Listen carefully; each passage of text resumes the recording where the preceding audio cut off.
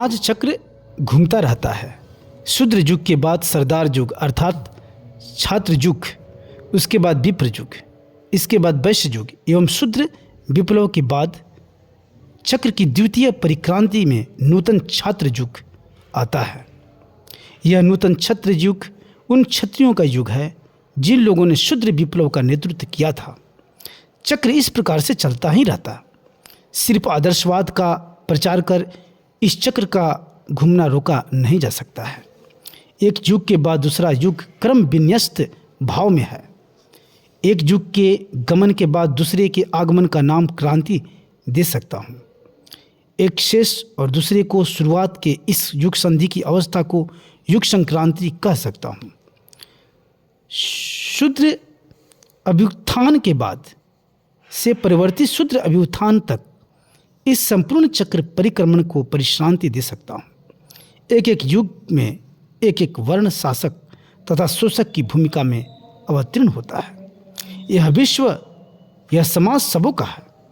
इसके प्रत्येक धूलिकण प्रत्येक की पैतृक संपत्ति है। इसलिए किसी वर्ण विशेष का राजत्व चलने देना किसी भी प्रकार से उचित नहीं है। चक्र की परिक्रांति चलेगी ही और संग ही संग चलाते जाना होगा।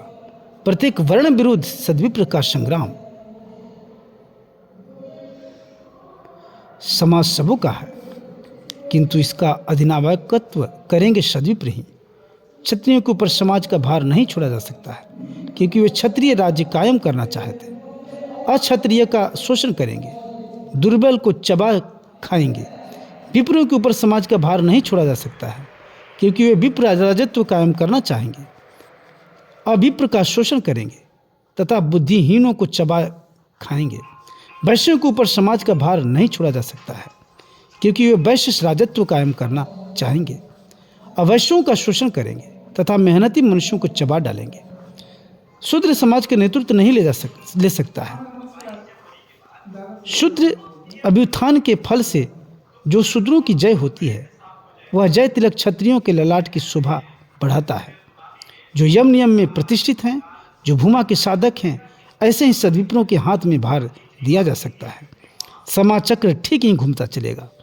यथाविधि क्षत्रिय, विप्र और वैश्यों का भी अभ्युत्थान होगा, किंतु सद्विप्र का अधिकानायकत्व रहने से इस अभ्युत्थान के फल से वे समाज जीवन में कुछ प्राधान्य लाभ करने पर भी किसी भी काल में सर्वमयकर्ता के रूप में आसीन न हो पाएंगे। सद्विप्रों को कभी विश्राम नहीं मिलेगा। उन्हें अक्लांत भाव से संग्राम जारी रखना होगा। यह संग्राम ही जीवों का जीवन है। यह संग्राम नहीं रहने से सृष्टि भी नहीं रहेगी। सद्विप्र लोग एक ही आधार में विप्र, क्षत्रिय, वैश्य तथा शूद्र हैं। अतः उनके अधिनायकत्व से सर्ववर्ण को की जय सूचित होती है। धन्यवाद।